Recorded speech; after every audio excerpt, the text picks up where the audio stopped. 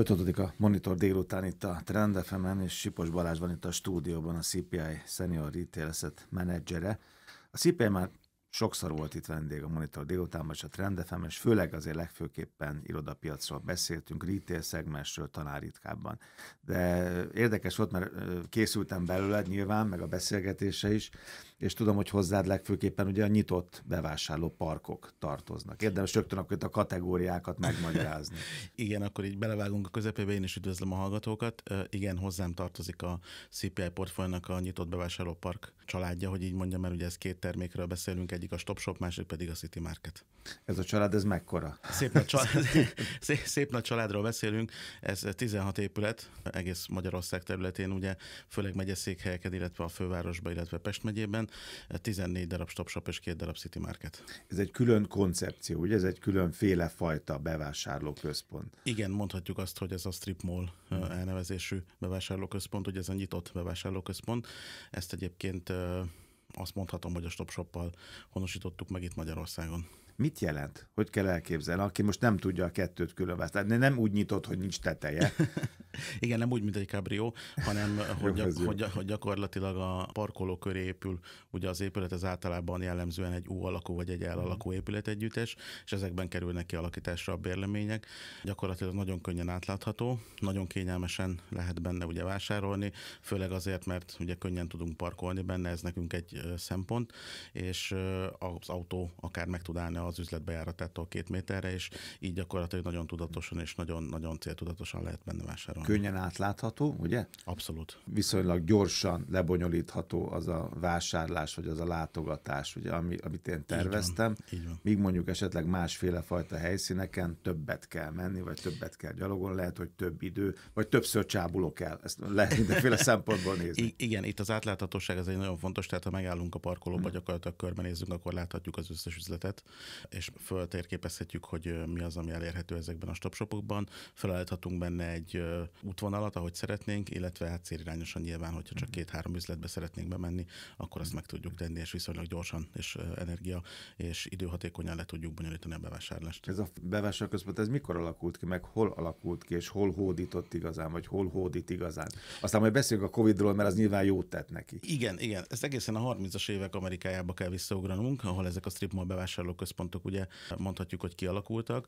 Ott szintén a kényelmi szolgáltatás, ugye, hogy az emberek ott nagyon-nagyon előszeretettel használták már akkor a gépjárművüket. És kocsiból próbáltak mindent intézni, ha lehet, ha nem, azért néha kiszálltak. Igen, és itt nagyon picit kellett csak kiszállni ugye a légkondis autókból, a légkondis üzletekbe, úgyhogy innen jött, és innen nyert térhódítást egészen Európába, és aztán 2002-ben érkezett el Magyarországra a Hűvösvölgyi Stop Shoppal, ez volt az első strip mall bevásárlóközpont Magyarországon. Mi a siker kulcsa? Értem, hogy kell parkolás, ingyen parkolás. Viszonylag jól átláthatónak kell lenni a terepnek, hogy minden tereptárgyat jól lássak, és azonnal tudjak tájékozni, ne tévedjek el. Jó helyszínen legyen, nyilván a lokáció az nagyon fontos. Így Aztán... van. Hát a bérlői mix, az ugye, azt ne felejtsük el, hogy az nagyon-nagyon fontos. Mi olyan bérlőket, olyan nemzetközi nagy bérlőket, nagy neveket hoztunk be ezekben a stopshopokban, ami azt gondolom, hogy egy jó hívószó a vásárlóknak. Meg a többi bérlőnek. Abszolút a többi bérlőnek is, de azért kialakításában ugye ezek a stopshopok törekedtek arra, hogy itt nagy bérlőkről beszélünk, tehát itt nálunk azért a nemzetközi, illetve a magyar nagyobb bérlők vannak képviselve 90%-ban, és ez a bérlői mix adja meg azt az érdekességet, vagy azt az egyediséget a piacon, ami ugye nagyon-nagyon vonzó a vásárlóinknak. Tehát van egyfajta méret, és van egyfajta számosság, tehát igen. Nem is lehet túl sok, mert akkor elaprózódik, így ha jól értem, ugye? Így van. Pedig hát az is jó, hogyha sok bérlő van, de inkább legyen egy bizonyos ideális arányszám szerint nagy és vonzó bérlő, mert az a másik nagyot is vonzani fogja. Pontosan. Nálunk általában a bérlői szám az ugye 12-16 bérlő közé tehető, vannak ettől eltérőek általában inkább fölfele, ahol vannak olyan koncepcióink, ahol megtalálhatók a kisebb bérlők is, de általában ez a 250 és 500 négyzetméter közötti bérlemények, illetve azoknak az anchor tenantoknak, akinek ugye 1000 vagy 1000 négyzetméter fölötti bérlemény szükséges, azok is megtalálhatók szinte minden házunkban. úgyhogy mi igyekeztünk ugye élelmiszer köré csoportosulni, élelmiszer köré építeni, tehát nekünk minden bevásárlóközpontunkban van egy élelmiszeres bérlő, illetve vagy a közelben van egy hipermarket. Azon is gondolkoztam, hogy biztos megoszlik. Van, aki ezt a fajta bevásárlóközpontot szereti, van, aki a másikat. De nyilván egészen pontosan szét tudjátok szálazni, meg tudjátok azt mondani, hogy ki a ti látogatótok, ki a ti vásárlótok, leginkább potenciális vásárlótok. Igen, ez nagyon érdekes, egy nem már rég készült felmérés alapján, ugye megerősítettük a korábbi kutatásainkat, nekünk a 28 pluszos családanya gyakorlatilag a primary customerünk, és ő az, aki a legtöbbet látogatja a Stop Shopot, mondhatjuk így, de érdekességképpen én azért mindig el szoktam mondani, hogy pont emiatt a tudatosság miatt, amit itt a vásárlásban lehet nálunk, hát így mondjam, hogy elvégezni, én azért férfi plázának is hívom ezeket a Stop Shopokat, mert hogy nem kell ugye végig caplatnod, ja, a célirányosság, hanem a célirányosság miatt időhatékonyan bemegyek abba az üzletbe, amit... Igen, A, B, C, és utána beülök az autómba, és megyek haza, és elvégeztem azt, amit el kellett. Mennyi időt töltenek a vásárlók átlagosan egy ilyen helyen? Ezt is a felmérésből tudom idehozni, ezt a számot, ami nagyon érdekes, mi is egy picit meglepődtünk rajta, hogy ez gyakorlatilag 30-35 percről beszélünk. És az mire elég? Az hát átlagban 2,5 üzlet, de a fél üzlet az így nehezen értelmezhető, de nyilván ezek azért statisztikai adatok, tehát azt mondhatjuk, hogy 2-3 üzletnek a látogatására elég, irányos bevásárlásra. Nyilván ez a nagy átlag, tehát ez azt jelenti, hogy azért itt vannak eltérések, de azért ezt látszik, hogy itt a tudatos vásárlókról van szó, akik hozzánk járnak. Tehát akkor azt is pontosan tudjátok, hogy ennyi bázison, akkor mondjuk egy év alatt hány vásárló fordul meg? Igen, hát több mint 20 millió vásárlónk van egy évben, illetve ez meghaladja egész pontosan a 21-et is. Ez a 10-valahány helyszínen? 16 helyszínen, így van pontosan. Igen. Úgyhogy ez gyakorlatilag 170 000 négyzetméternél több bérbeadható területről beszélünk, és ugye, amit is elmondta, hogy 16 bevásárlóparkról. Ez mi kell nektek tudni, hogy hány percet van ott az a 28 pluszos családanya, vagy az a férfi ember, aki nagyon komótosan, de nagyon tudatosan akar vásárolni. Ez miért fontos? Mi szerettünk volna egy ilyen felmérést is pont ezért, mert más a bevásárlóközpont és a bevásárlóparknak a látogatásának a célja. Az egyik az egy funkcionális, tehát a bevásárlóparkban inkább funkcionális vásárlás történik, a bevásárlóközpontunkban pedig egy élményvásárlás. Tehát az a lődörgés? Én mondhatom, te nem. Igen. Én nem is azt mondanám, hogy... Nézelődős, igen, illetve el tudod tölteni olyan dolgokkal az idődet, ami ugye nálunk nincs egy mozi, nálunk nincs olyan food court, vagy egyéb dolog, amivel hosszabb időt tudsz eltölteni, tehát nálunk tényleg a tudatosság, a vásárlás van fókuszban, ott pedig akár egy időtöltés, egy találkozó lebonyolítása, vagy egyéb dolog is szóba jöhet. Vagy ilyenkor nyáron az emberek néha azért mennek 40 fokba, már bocsánat egyébként, mert működik a légkondicionálás. Ez is nagyon fontos nyilván, hogy milyen hőmérséklet van, ez is nagyon vonzó tud lenni. Vagy taszító, hogyha valahol nem úgy működik, mert akkor nyilván keres egy másikat.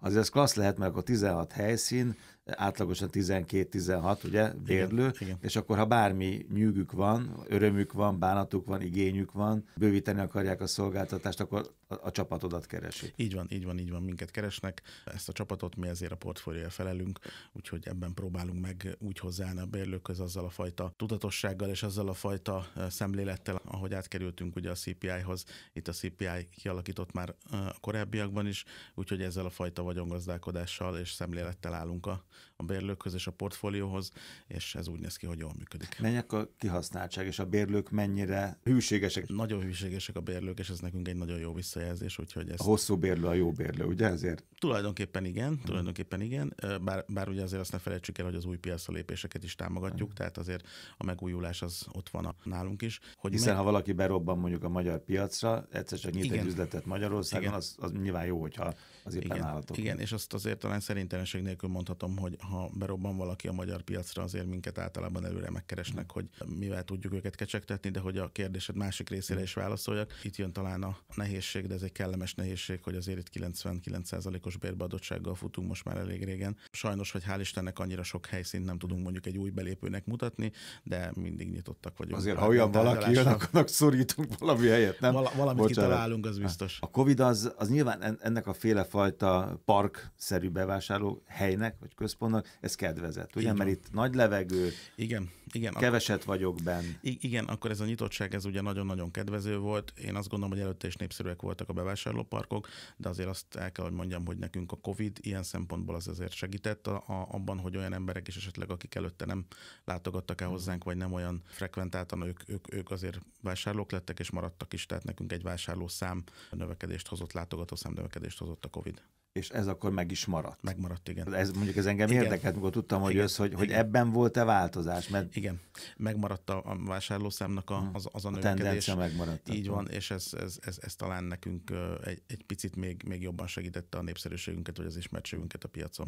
Ha már ilyen pontosan tudjátok, targetáljátok, hogy ki az ideális vásárló, vagy ki az elsődleges vásárló, akkor azt is körül tudom lőni, ugye mondjuk egy 28 pluszos hölgynél, hogy az mondjuk gyerekkel jön, vagy nem gyerekkel jön, hogyha gyerekkel jön, azt is lehet mérni, vagy látni, igen. Akkor nyilván ahhoz képest fogadok még be valamilyen szolgáltatást, vagy még teszek be valamilyen áruházat. Így van. A StopShopokban azért ugye a bérlői mixet, amit említettem, mi próbálunk ugye pont ennek a napi átlagbevásárlásnak, hogy egy helyen le tudja bonyolítani, illetve olyan szolgáltatásokat próbálunk behozni a házba, ami szintén szükséges szinte minden ember számára, gondolok itt akár postára, vagy akár olyan tevékenységekre, amit hogyha egy helyen el tud végezni, azzal segítjük az ő napi életét. Egyébként mi magyarok valamiben különlegesek vagyunk ebből a szempontból, a bevásárlás szempontjából? A park vagy a zárt helyszínek látogatásában van valami specialitásunk? Én azt gondolom, hogy ez az eltöltött idő, bocsánat. Igen, az eltöltött idő, tehát ez a tudatosság, ez mindenképpen. Mi azért ugye ez egy több mint 130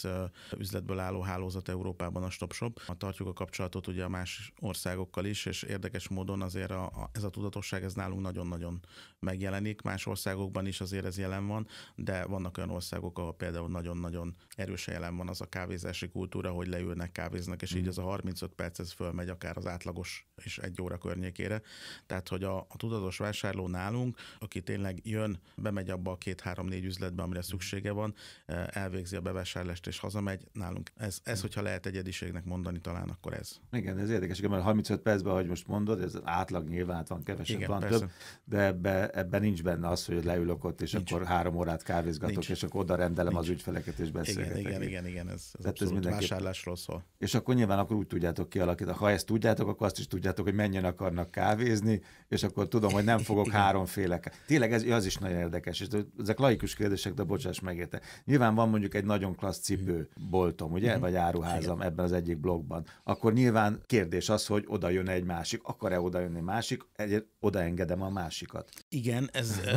Na, ez akkor jó volt, mert sóhajtottál. Igen, ez azt gondolom, hogy amennyire laikus kérdés egyébként annyira egy komoly szakmai kérdés is. Vannak olyan helyszínek, ahol nekünk van bérlőnk, mondjuk erre a profilra, amit te mondtál, és van neki konkurenciavédelme, tehát oda nem tudunk odaengedni, illetve előfordul nálunk a portfőből is, ahol egy szegmensen belül. Nyilván azt gondolom, hogy ruhában ez nem meglepő, hogy mondjuk akár textilesből van 3-4 bérlő is egy bevásárlóparkban, nálunk a StopShopban, vagy éppen a City Marketben, de azért vannak olyan szegmensek, ahol ezt védjük. Egyrészt azért, mert azt gondoljuk, hogy ez így tisztességes, vagy pedig egyébként ez egy bérlői kérdés is lehet, úgyhogy a konkurenciavédelem az elő szokott fordulni. A siker kulcsa még egyszer, vagy a siker titka, hogy ez jól működjön, hogy ez ilyen kihasználtsággal, ilyen látogatással, és nyilván ne csak látogassanak, hanem vásároljanak is, azért az sem mindegy, hogy fogyasszanak. Igen, nyilván az a csengakassa azért az fontos. Ha 3 dolgot kell mondanod, hát a legelső szerintem az elhelyezkedés, az nagyon-nagyon fontos, a bérlői mix szintén igen, nagyon fontos, és gyakorlatilag ugye az a fajta könnyű és egyszerű parkolás, amivel most a piacon szerintem nagyon-nagyon fontos, és ezt a vásárlók nagyon-nagyon szeretik. Jön akkor meg egy ilyen szokásos zárókérdés, mert most vagy a mesterséges intelligencia, vagy az ESG, valamelyik biztos, hogy szóba kerül. Igen. De oké, elektromobilitás, energiahatékonyság, ha már ekkora helyszínekről, vagy ilyen számos helyszínről van szó, az elektromos autók töltése, ESG, tehát könnyedtudatosság, ez most a CPI-nál is nálatok hogyan manifestálódik? Nagyon-nagyon fontos helyen van nálunk a cégben, és erre nagyon odafigyelünk. Gyakorlatilag az összes bevásárlóparkunkba kialakításra kerültek az elektromos autótöltők, úgyhogy ezzel az elektromobilitást azt gondolom, hogy maximálisan elősegítjük egy országos hálózattal, úgyhogy minden kedves elektromos autótulajdonost szeretettel várunk tölteni is és vásárolni is. Én magam, mint elektromos autó tulajdonos, én ezt... Ez pont jó, az a 35 perc, azt akarom, nem? Általában az jó szokott. Az tökéletesen megnyomja a szintre, hogy tudok vele még utána autózni. foglalkozni. Egyébként az energiahatékonyság ugye nálunk a CPI-nál szintén egy nagyon fontos dolog, egy külön divízió foglalkozik ezzel, illetve olyan ESG topikok vannak nekünk a csőbe, amivel az összes házunkat próbáljuk a karbonsemlegesség irányába fordítani. Ez úgy megy, hogy kiváltotok valamivel, vagy pedig ott tudtok olyan fejlesztéseket, a helyszínek olyan fejlesztéseket Mi helyszínen próbálunk fejleszteni, tehát lecserélünk akár fűtési, ütési rendszereket, próbálunk olyan építészeti megoldásokat alkalmazni, ami ezt elősegíti, úgyhogy nem csak kiváltunk, hanem helyszínen is dolgozunk ezen. Az akkor van nyugodt napod, mikor a 16 helyszínről egyetlen bérlő sem hív fel, ugye? Csak valami örömhírre legfeljebb, nem? Hát ilyen napon még nem volt akkor ezek szerint, azt nevezhetjük nyugodt napnak, de én nagyon szeretek bérlőkkel, illetve emberekkel foglalkozni, úgyhogy ez nem jelent problémát. Nagyon szépen köszönöm, Sipos Balázs, CPI Senior Retail Asset Manager. Örülök, hogy itt voltál, köszönöm szépen. Nagyon szépen köszönöm én is.